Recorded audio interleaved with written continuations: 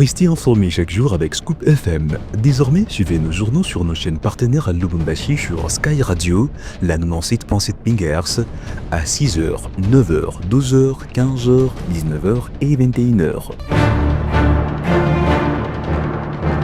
Suivez-nous également sur la radio communautaire Moïseni chaque jour à 9h05, 10h03 et 21h juste. Le journal du Scoop FM passe aussi sur Kipushi 24 Radio à 8h30, 12h30, 16h juste, 18h30 et 21h30.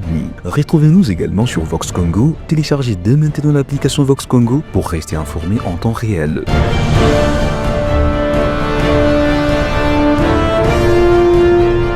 Scoop FM, suivez-nous sur notre page Facebook et sur notre chaîne YouTube pour tout savoir sur l'actualité locale, provinciale, nationale et internationale. Scoop FM, la neutralité réelle. La neutralité réelle.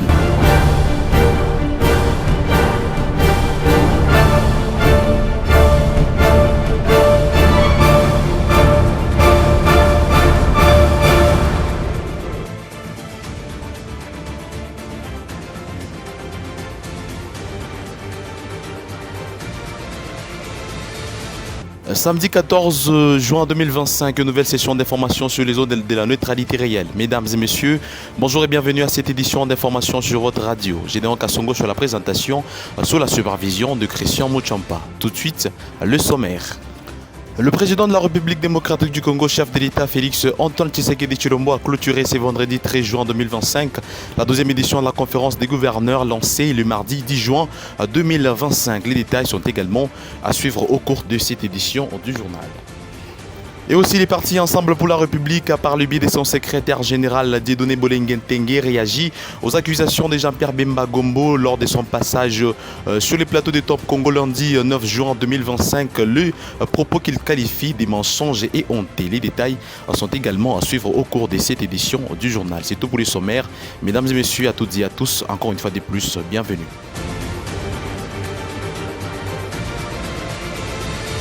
Comme je l'ai annoncé dans les sommaires, le président de la République démocratique du Congo, Félix Antoine Tshisekedi Tshilombo, a clôturé ce vendredi 13 juin 2025 à Kolwezi, capitale provinciale du Lualaba, la 12e édition de la conférence des gouverneurs et annonce que la 13e édition, prévue au mois de décembre prochain, se tiendra dans la province d'Ikwilu. Je vous prie de l'écouter dans cet extrait choisi par votre rédaction. Déclare officiellement close la 12e session de la conférence des gouverneurs de province. La prochaine session, la 13e donc, se tiendra en décembre prochain dans la province du Kwilu.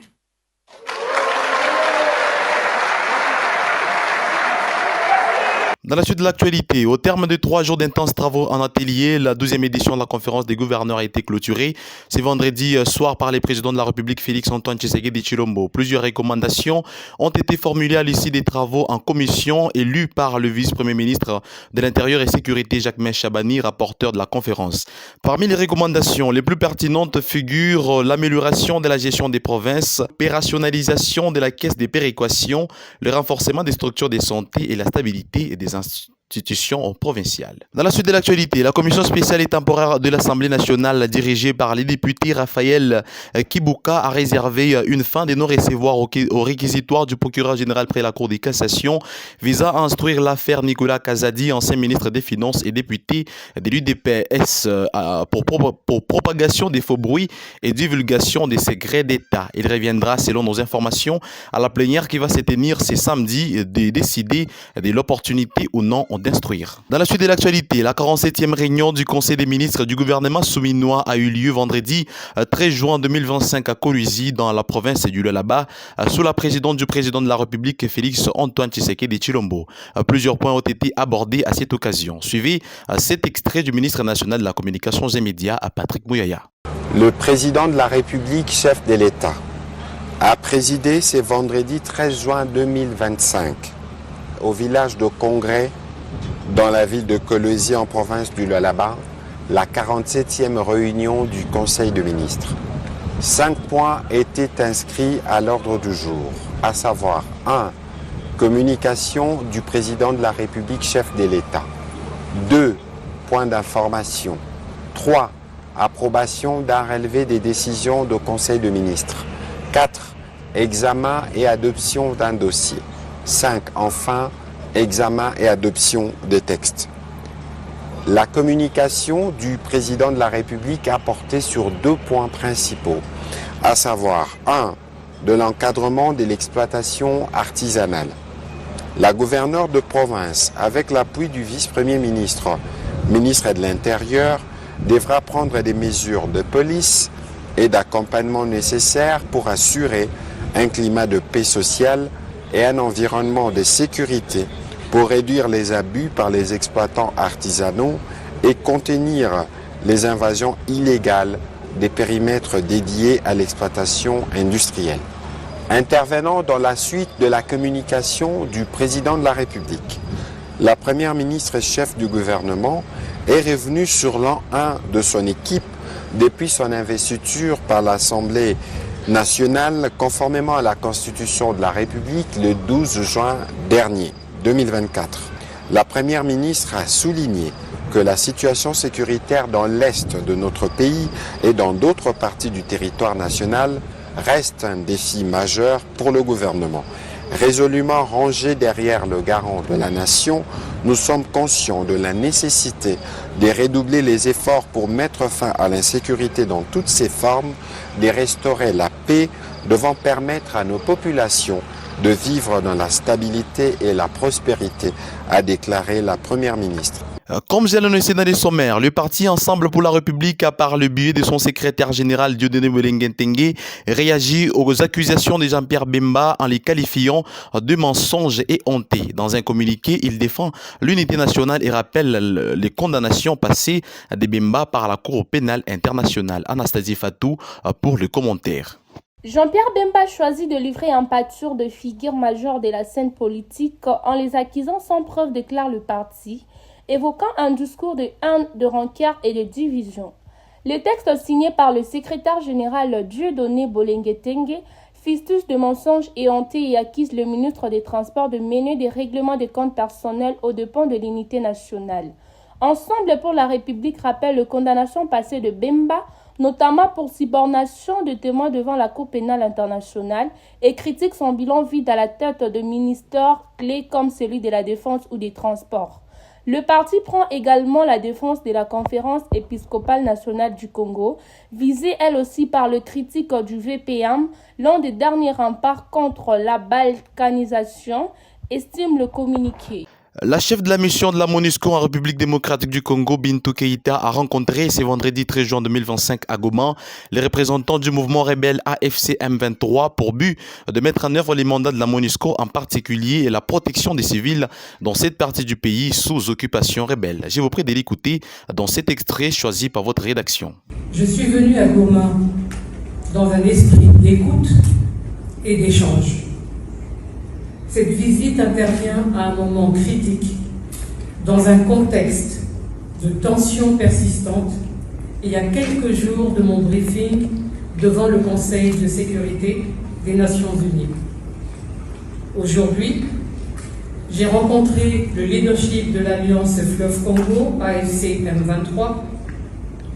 Cette rencontre s'inscrit dans le cadre d'une continuité d'efforts conjoints entamés depuis quelques mois au profit de la population. Comme vous le savez, avec la facilitation du CICR, du gouvernement congolais, de l'AFC M23 et de la MONUSCO, 1359 éléments des FARDC et de la PNC ont été transférés de Goma à Kinshasa. La MONUSCO reste engagée à appuyer toutes les initiatives susceptibles de favoriser une désescalade des tensions. Les responsables de l'AFC M23 ont exprimé leur volonté de trouver une solution pacifique à la crise. La MONUSCO reste également disposée à apporter des appuis nécessaires à toutes les initiatives de paix en cours. Célébration ce 14 juin 2025 de la journée mondiale du don bénévole du sang. Les constats qui se dégagent sur terrain démontrent que les banques des sangs sont presque inexistants, ce qui pose un sérieux problème sur la qualité du sang. Mesdames et messieurs, à présent, je vous prie de suivre la revue des presses avec Gloire Diboué.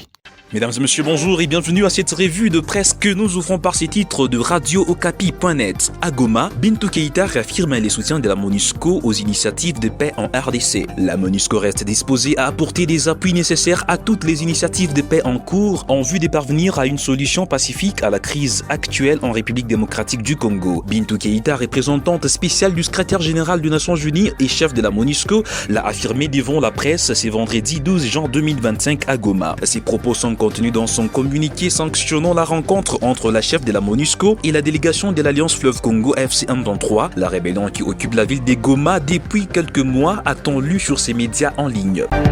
Dès sa part, c'est sur cette pensée des titres à la une, RDC, Félix Tshisekedi enjoint au gouverneur de province de faire de la couverture santé universelle une priorité absolue avec au moins 15% de leur budget annuel. Le lampion de la 12e session de la conférence des gouverneurs se sont éteints ce vendredi 13 juin 2025 à Kolwezi, chef-lieu de la province du Lualaba. Cette nouvelle session qui a réuni les chefs des exécutifs provinciaux autour du président de la République avait pour thème central la santé comme facteur de cohésion sociale et du développement durable de province. Après les thématiques axées sur la stabilité des provinces et les programmes de développement local des 145 territoires, la santé au cœur de cette édition se positionne comme enjeu majeur pour les provinces où les inégalités d'accès aux soins freinent le progrès et fragilisent la solidarité collective. Alors que son ambitieux programme de couverture santé universelle est confronté aux nombreuses difficultés quant à sa mise en œuvre, Félix Tshisekedi a communiqué au gouverneur des stratégies concrètes et adaptées aux réalités de chaque province afin de faire bénéficier aux populations le soin de santé de qualité, poursuit ces tabloïds.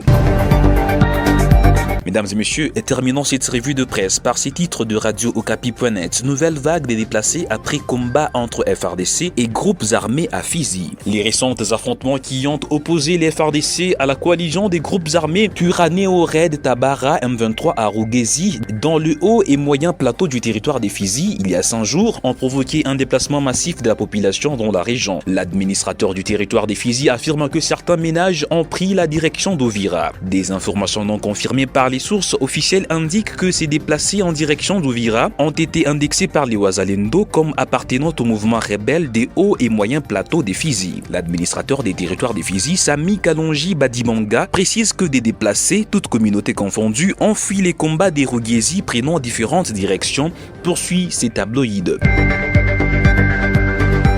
Mesdames et messieurs, c'est par cette information que nous mettons un terme à cette revue de presse sur votre radio. Excellent week-end à tous.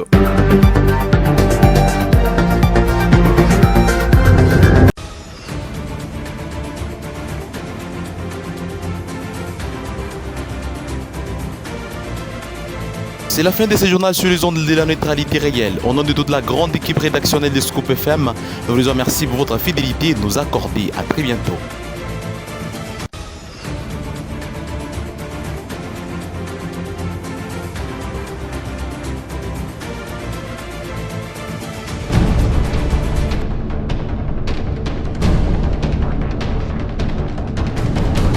Restez informés chaque jour avec Scoop FM. Désormais, suivez nos journaux sur nos chaînes partenaires à Lubumbashi sur Sky Radio, la 97.7 MHz, à 6h, 9h, 12h, 15h, 19h et 21h. Suivez-nous également sur la radio communautaire Moïseni chaque jour à 9h05, 10h03 et 21h juste. Le journal du Scoop FM passe aussi sur Kipushi 24 Radio à 8h30, 12h30, 16h juste, 18h30 et 21h30. Retrouvez-nous également sur Vox Congo. Téléchargez dès maintenant l'application Vox Congo pour rester informé en temps réel.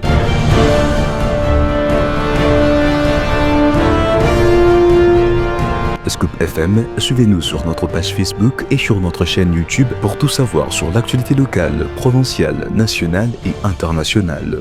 Scoop FM, la neutralité réelle.